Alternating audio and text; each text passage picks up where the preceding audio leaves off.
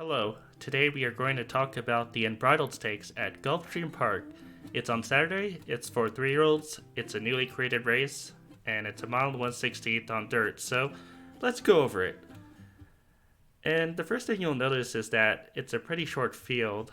It's only 7 horses, and surprisingly, the 3 to 5, not the 3 to 5, the 8 to 5 favorite is Dr. Post. He comes from the Todd Pletcher barn. He owns a maiden win. One maiden win, one maiden loss last year. First of all, crossed out the race last year. He was a 2-year-old. It was July, and the majority of horses used their career debut as a learning experience. And he didn't do that bad. He was third for most of the race, and then he kind of faded in the stretch run to fourth by 5.5 lengths. The winner, Green Light Go, went on to win a graded stakes race at Saratoga. He didn't do that bad. He was just inexperienced. Anyways, he returned last month at Gulfstream Park on March 29 in a maiden race, and this time he improved. He won. You can see here he was fifth and then fourth, and then he closed for a 1 1/4 length win. And the thing to note, let's kind of zoom in here, is that it was a slow pace. You can tell by the way Timeform US marks those middle fractions in blue, or those middle pace figures in blue. It didn't matter because Dr. Post mowed him down. We're gonna watch it right now. Let's skip ahead here. Alright, you see Nocturnal, who is actually Dr. Post's stablemate. He's on the lead. He took them through an opening quarter at 22:51. And Dr. Post is on the outside, I believe. Yeah, there he is. He's number 12. And Nocturnal is gonna take them through a... Let's see, I think it was 45 and change, 45.62. And if you remember from the past performances, it's a 7 furlong race. So those are fairly slow fractions for 7 furlongs. Let's see what he gets the 6 furlong time in. And here's Dr. Post coming on the outside. And Dr. Post looks kind of green.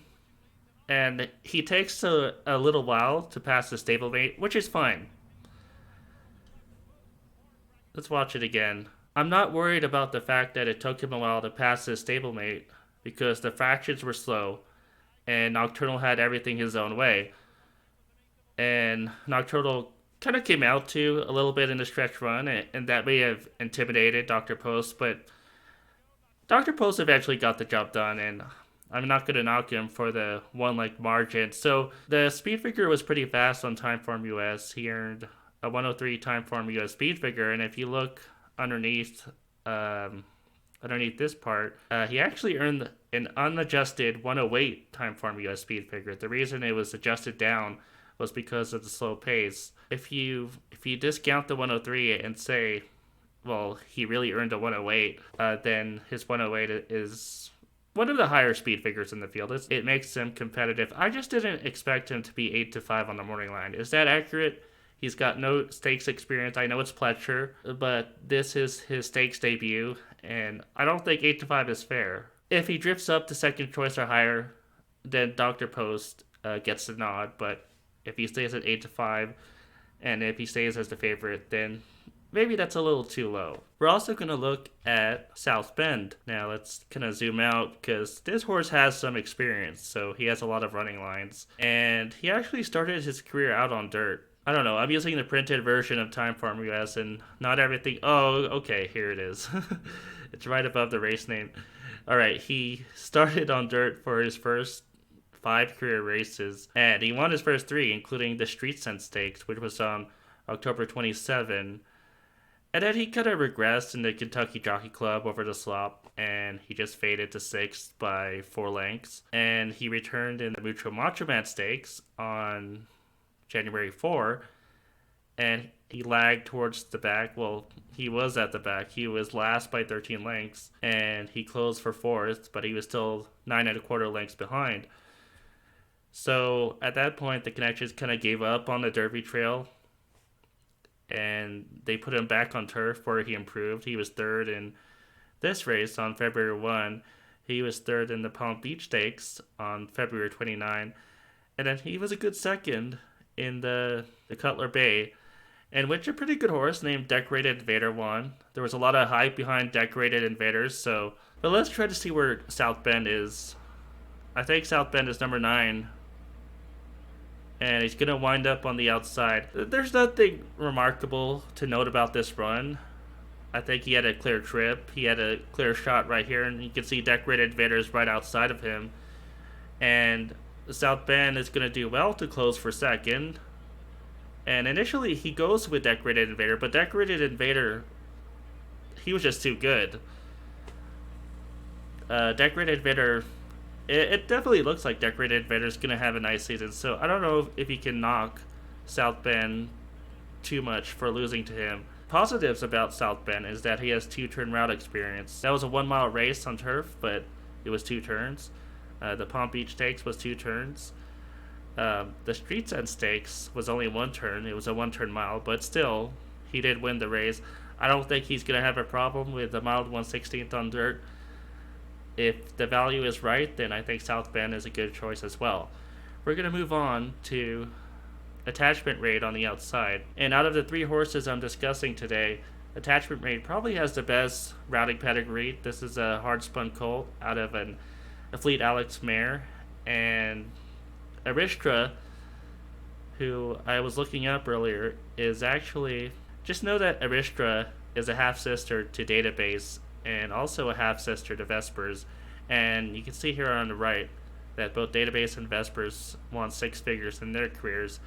And they were both routers, so it's a very good sign that Aristra is a half-sister to both successful routers. And Aristra is also by a Fleet Alex, who, of course, won the Preakness and Belmont Stakes in 2005.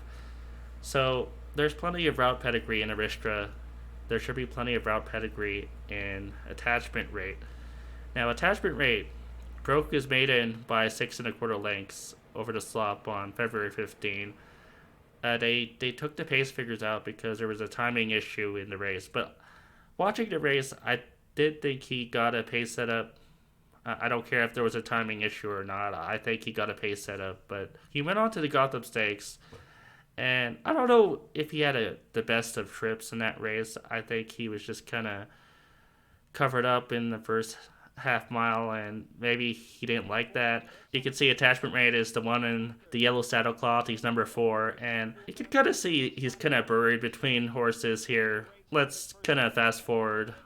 He's still kind of buried behind horses. He has some run. He just has nowhere to go. And okay, now he has some clearance, and I don't know. Maybe being in traffic in the first half of the race discouraged him because it takes him a while to get going, but eventually he does. One concern is that Attachment Rate doesn't switch leads, and I'm wondering if he switches leads, if he could make up ground a lot quicker than he did, but he was coming towards the end. He almost cut Entitled for second, so it was his stakes debut, and it wasn't a bad effort. He was third by 2 lengths, and he earned a 113 on Timeform US. I think he's got a shot. It kind of annoys me that he can't switch leads, or he didn't switch leads in that race. I'm not going to go over every replay. I don't know. He's a closer, so at least according to Timeform US, is the pace projector on here? Well, I don't know if that's closing or mid-pack. 1, 2, 3, 4. 5th early on, and he just needs some pace to close into.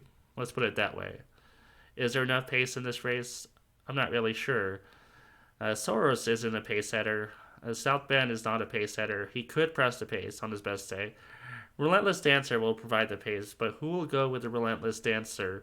And that is kind of a concern too, because the Relentless Dancer has faded in his 2 route attempts. But if he's left alone on a lead, then it is a danger that he could slip away with the race. Dr. Post is not a pace setter. Americanus is not a pace setter. So who is going to go with the Relentless Dancer? It has to be... Well, according to Pace Projector, it's either going to be Americanus or Necker Island. I don't know how accurate is that. It would be nice if Dr. Post showed a little more speed. He might, coming out of a 7 furlong race.